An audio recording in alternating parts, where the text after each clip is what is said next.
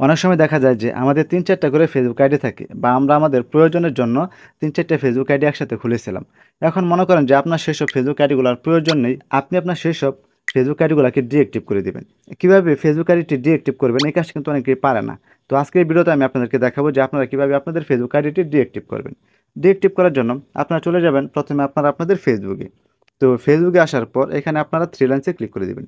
Three লাইনসে click করে দেওয়ার পর এইখানে উপরে যে সেটিংসের লোগোটি রয়েছে, তো আপনি এখান থেকে সেটিংসের লোগোটিতে ক্লিক করে দিবেন।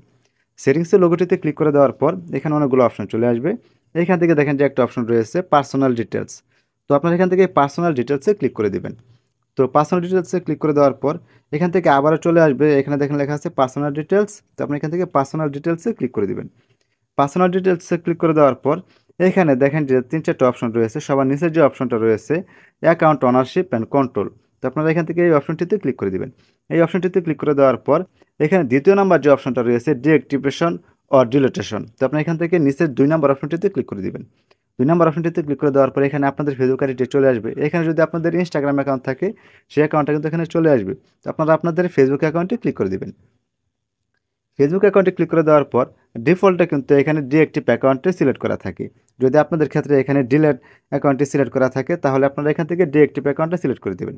সিলেক্ট করে দেওয়ার পর এখান থেকে আপনারা কন্টিনিউ ক্লিক করে দিবেন। কন্টিনিউতে ক্লিক করে দেওয়ার পর এখানে আপনাদের ফেসবুকের পাসওয়ার্ড চাইবে। তো আপনারা এখান থেকে আপনাদের ফেসবুকের পাসওয়ার্ডটা দিয়ে দিবেন। তো আপনাদের ফেসবুকের পাসওয়ার্ডটা দেওয়া হয়ে গেলে এখান থেকে আপনারা কন্টিনিউতে ক্লিক করে দিবেন। কন্টিনিউতে ক্লিক করে দেওয়ার পর এখানে আপনাদের অনেকগুলো রিজন চলে আসবে যে আপনারা আপনাদের এই ফেসবুক আইডিটি কী কারণে ডিএক্টিভ করতে চাইতেছেন। তো আমি এখান থেকে একটা রিজন দিয়ে দিতেছি। তো আপনারা রিজনটা দেওয়ার পর নিচে যে কন্টিনিউ অপশনটা রয়েছে এখানে ক্লিক করে দিবেন।